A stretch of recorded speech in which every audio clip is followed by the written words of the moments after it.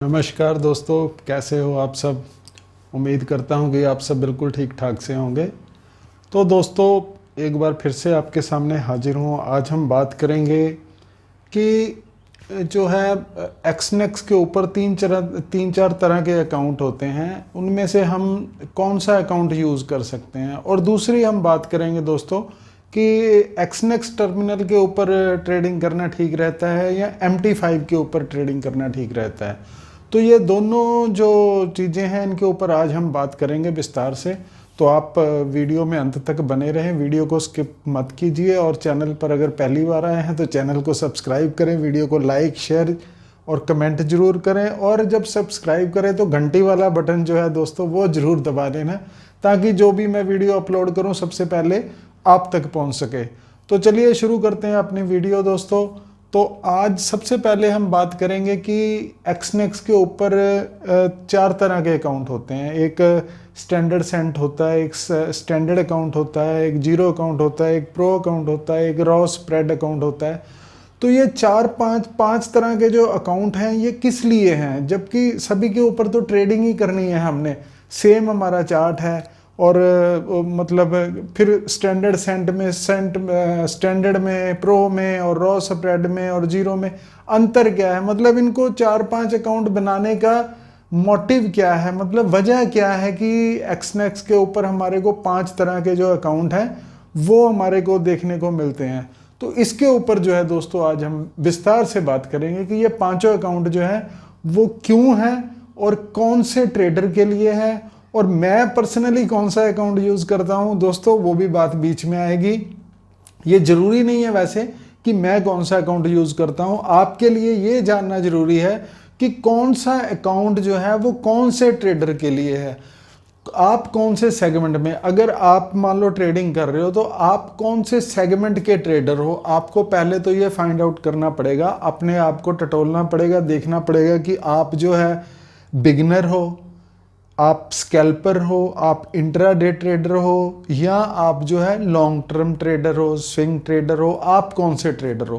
तो ये जो पांचों अकाउंट है ना दोस्तों, ये इसीलिए बनाए गए हैं क्योंकि मार्केट के अंदर पांच छह तरह के ट्रेडर होते हैं। कुछ ट्रेडर होते हैं जो स्कैल्पिंग करते हैं, ट्रेड लेते हैं, बड़ी क्वांटिटी होती है, वो एक आध मिनट के लिए, 2 मिनट 3 मिनट के लिए अपना ट्रेड लेते हैं। कुछ ट्रेडर ऐसे होते हैं जो स्विंग ट्रेड करते हैं, एक ट्रेड लेते हैं उसको 10-15 दिन के लिए होल्ड करते हैं। कुछ इन्वेस्टर होते हैं जो एक बार ट्रेड लेते हैं, उनका ट्रेड 2 महीने 4 महीने साल 2 साल तक चलता है।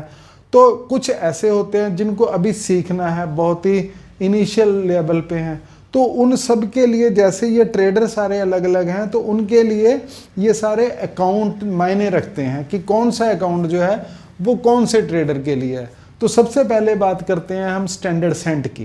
तो स्टैंडर्ड सेंट जो है दोस्तों, वो जो है वो बहुत ही बिगिनर लेवल पे जो ट्रेडिंग, अभी मान लो कल ही जो लोग आए हैं तो वो स्टैंडर्ड सेंट में अपना अकाउंट खोल सकते हैं। लेकिन स्टैंडर्ड सेंट में जो है वो दोस्तों बेसिकली क्या होता है कि इसमें एक तो कमीशन का चक्कर होता है। स्टैंडर्ड सेंट में जो है नो कमीशन है, लेकिन जो स्प्रेड है वो 0.30 से स्टार्ट होता है।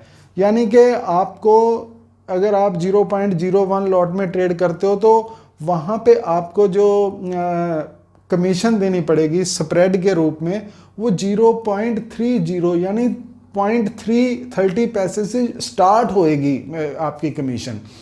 तो उसमें कमीशन ज़्यादा पड़ती है। तो उसमें जो है आप 0.001 का भी ट्रेड ले सकते हो। लेकिन जो स्टार्टिंग करनी चाहिए वो स्टैंडर्ड अकाउंट से करनी चाहिए दोस्तों।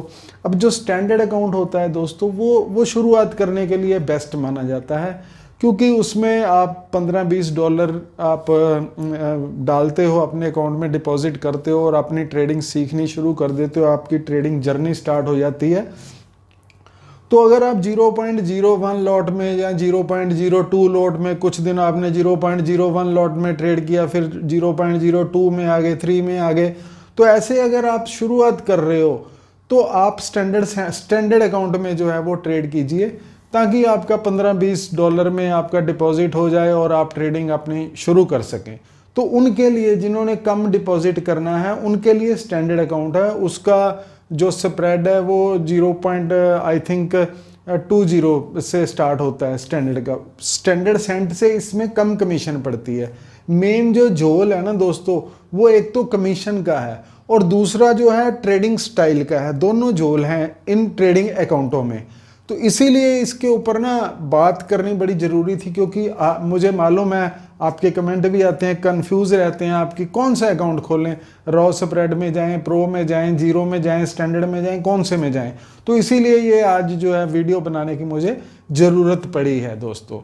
तो दूसरे नंबर पे आ जाता है दोस्तों आपका रॉ स्प्रेड अकाउंट है, उसके बाद जीरो है, प्रो है। तो रॉ स्प्रेड का तो कोई खास मतलब मैं भी यूज़ नहीं करता हूँ बिल्कुल भी। उसमें क्या होता है दोस्तों कि थोड़ी सी कमीशन जो है, स्प्रेड थोड़ा ज़्यादा रहता है। तो मेन जो दो अकाउंट हैं वो हैं ट्रेडर्स के लिए। एक तो स्टैंडर्ड अकाउंट की बात हो गई है ना, स्टैंडर्ड अकाउंट किन के लिए है, वो स्टार्टिंग जो कर रहे हैं, जिन्होंने $15-20 डिपॉजिट करके ट्रेडिंग सीखनी है, उनके लिए स्टैंडर्ड अकाउंट है, क्योंकि उसमें थोड़ी कमीशन ज़्यादा पड़ती है। उसके बाद जब आप अपनी पोजीशन बनाना स्टार्ट कर देते हो, आप बात समझ रहे हो, जब आपको लगता है कि हाँ मेरी कोई स्ट्रेटजी बन गई है या मैं थोड़ा ट्रेडिंग में परिपक्व हो चुका हूँ, तो उसके बाद दोस्तों आपको जीरो या प्रो अकाउंट पे शिफ्ट होना चाहिए। उसमें पहली बात तो यह है दोस्तों कि उसमें मिनिमम आप $500 $500 आपको फर्स्ट टाइम डिपॉजिट करने पड़ेंगे। जब आपने प्रो अकाउंट या जीरो अकाउंट आपने अगर जब स्टार्ट करना है ना दोस्तों, एक बार खोलना है, तो आपको फर्स्ट टाइम आपको $500 जो है वो डिपॉजिट करने पड़ेंगे। आप एक बार डिपॉजिट करके बेशक उसमें से $490 निकाल लें उसी टाइम, लेकिन एक बार उसको स्टार्ट करने के लिए आपको $500 जो है वो डालने पड़ेंगे। तो इंडियन रुपीज़ के हिसाब से अगर कैलकुलेट किया जाए तो ये 40-45 हज़ार रुपया होता है। तो उसके बाद एक बार जब आपने $500 डाल के अपना अकाउंट चालू कर लिया, चाहे प्रो या जीरो, उसके बाद आपको अगर दोबारा डिपॉजिट कराने की ज़रूरत पड़ती है, वैसे तो मैं तो कहता हूं कि आप मार्केट में प्रॉफिट करो, दोबारा डिपॉजिट कराने की ज़रूरत ही नहीं पड़े। लेकिन अगर बाई चांस आपको ज़रूरत पड़ती है दोबारा डिपॉजिट करने की, तो फिर आपको जो है ना वो आपको $500 दोबारा डालने की ज़रूरत, डिपॉजिट करने की ज़रूरत नहीं है। आप उसमें $20 भी डाल सकते हो, 30 भी डाल सकते हो, 50 भी डाल सकते हो, 100 भी डाल सकते हो, 500, 1000, 2000 कितने भी डाल सकते हो। यानी कि $500 जो डिपॉजिट करने की कंडीशन है वो फर्स्ट टाइम है। ये बात एक तो समझने वाली है। उसके बाद दोस्तों बात आ जाती है कि प्रो अकाउंट और जीरो अकाउंट दोनों में फ़र्क क्या है। तो दोनों में फ़र्क ये है दोस्तों, और ये किन के लिए बने हैं। तो जो मान लो आप अगर स्कैल्पिंग कर रहे हो, ठीक है, तो आपको स्कैल्पिंग जो है वो प्रो अकाउंट में करनी चाहिए। क्यों प्रो अकाउंट में स्कैल्पिंग करनी चाहिए, या कम समय के लिए जो हम ट्रेड लेते हैं वो क्योंकि हम अपने डेस्क के ऊपर बैठे हैं, अपनी स्क्रीन के ऊपर बैठे हैं। जब हम ट्रेड लेंगे प्रो अकाउंट में, तो उसी टाइम हमारे को जो हमारा ट्रेड लेते सारे माइनस में दिखने लग जाता है। तो वो स्प्रेड होता है, वो कमीशन होती है, वो आपको जो है ना आपकी स्क्रीन के ऊपर दिखती रहेगी कि आपका टोटल माइनस प्लस क्या है। मान लो आपने एक ट्रेड जो है वो गोल्ड में ट्रेड लिया एक, मान लो प्रो अकाउंट में, तो जैसे ही आपने एक लॉट जो है वो आप करेंगे, तो मेरे ख्याल से गोल्ड में $15-16 जो है वो कमीशन पड़ती है। तो वो उसी टाइम आपको $16 स्क्रीन के ऊपर जहाँ पे आपका माइनस प्लस चल रहा है ना, वहाँ पे $16 माइनस दिखाने लग जाएगा। वही आपकी कमीशन है जो स्प्रेड उस टाइम चल रहा होएगा। तो वहाँ पे क्या होएगा कि आपको पता रहेगा पोजीशन, मान लो अगर आपके खिलाफ पोजीशन जा रही है, तो आप सोचो कि मैं इसको काट दूं, तो आपको पता रहेगा कि मेरे को अभी $5 लॉस चल रहा है, या $20 लॉस चल रहा है, या $2 लॉस चल रहा है। बात समझ रहे हो, क्योंकि स्कैल्पिंग के अंदर जो है ना वो बंदे को जल्दी जल्दी एंट्री और एग्जिट जल्दी करना पड़ता है। एक आधी कैंडल की सारी गेम होती है, बड़ी पोजीशन होती है, तो उसमें जो है हमारे को वो कमीशन जो है ना, वो स्प्रेड जो है ना, वो माइनस प्लस पूरा वहाँ पे दिखता है।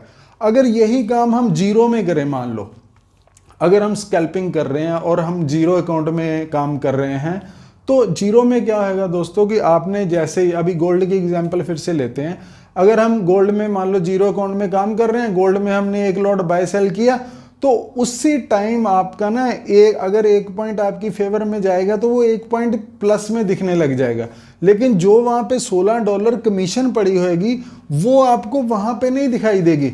अब आप सोचोगे कि ट्रेड मेरे खिलाफ जाने की कोशिश कर रहा है या जा सकता है, तो मुझे $10 प्रॉफिट दिखाई दे रहा है तो मैं निकल जाऊं, तो वहां पे क्या होगा दोस्तों कि वो $10 जो है वो आपको प्रॉफिट नहीं हो रहा है, आपको $16 कमीशन पड़ी हुई है। आप बात समझो, अब $10 आप प्रॉफिट में चल रहे हो, $16 आपको कमीशन पड़ी हुई है, तो इसका मतलब क्या हुआ कि आप अभी $6 लॉस में चल रहे हो।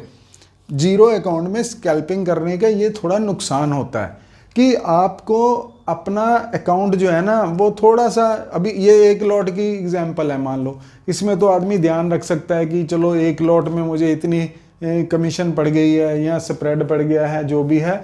लेकिन अगर मान लो आपने 5-10 लॉट में ट्रेड किया तो आपको $100-150 अगर मान लो आपको कमीशन पड़ गई, तो फिर उसका थोड़ा ध्यान रखना। बंदा सोचता है मैं अभी $100 प्लस में चल रहा हूं तो मैं अपनी पोजीशन काट सकता हूं क्योंकि ट्रेड मेरी फेवर में जाने की उम्मीद कम है, तो वो $100 प्लस प्रॉफिट में अपना ट्रेड काटेगा। लेकिन जब वो अपना अकाउंट चेक करेगा तो वो देखेगा कि मुझे तो $30-40-50 का लॉस हो रहा है जबकि मैंने तो $100 प्रॉफिट किया है।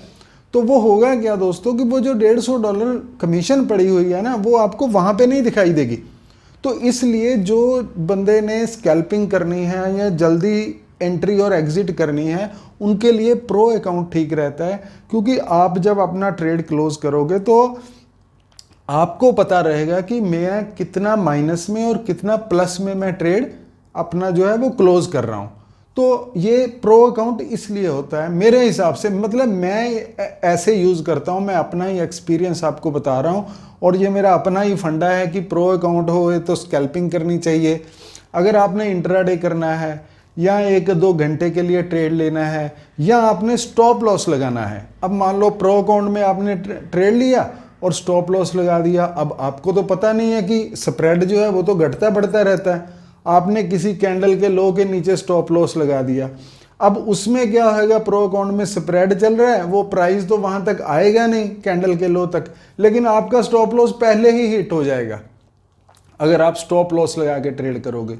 अगर जीरो अकाउंट में आपने स्टॉप लॉस लगाया हुआ है किसी कैंडल के नीचे तो वो प्रॉपर वहां तक प्राइस आएगा तब, क्योंकि जब ये जो स्प्रेड होता है ना साथियों, ये मतलब वॉलेटिलिटी के हिसाब से घटता बढ़ता रहता है। आप एग्जैक्ट आइडिया नहीं लगा सकते हो कि 15 पॉइंट का अगर स्प्रेड चल रहा है तो मैं कैंडल के लो के नीचे 15 पॉइंट लेके मैं स्टॉप लॉस लगा देता हूं, क्योंकि अगर कोई मान लो एकाएक बड़ी कैंडल बन जाएगी, वॉलेटिलिटी बढ़ जाएगी, तो जो स्प्रेड है वो भी 2-4-5 पॉइंट इधर उधर हो सकता है। तो बगैर आपके प्राइस तक आए आपका स्टॉप लॉस हिट हो सकता है।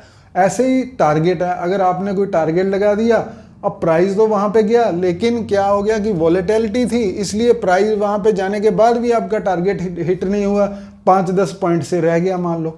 तो इसलिए जो है जीरो जो अकाउंट होता है, अगर आपने स्टॉप लॉस लगा के ट्रेड करना है और आप प्रॉपर स्टॉप लॉस लगाना चाहते हो कि मेरे को यहाँ पे स्टॉप लॉस चाहिए या टारगेट चाहिए, तो फिर आप जीरो अकाउंट में ट्रेड कर सकते हो। तो ये बात है दोस्तों कि अगर आपने स्कैल्पिंग करनी है, कम टाइम के लिए ट्रेड लेना है, स्टॉप लॉस प्रॉपर जगह पे नहीं लगाना है।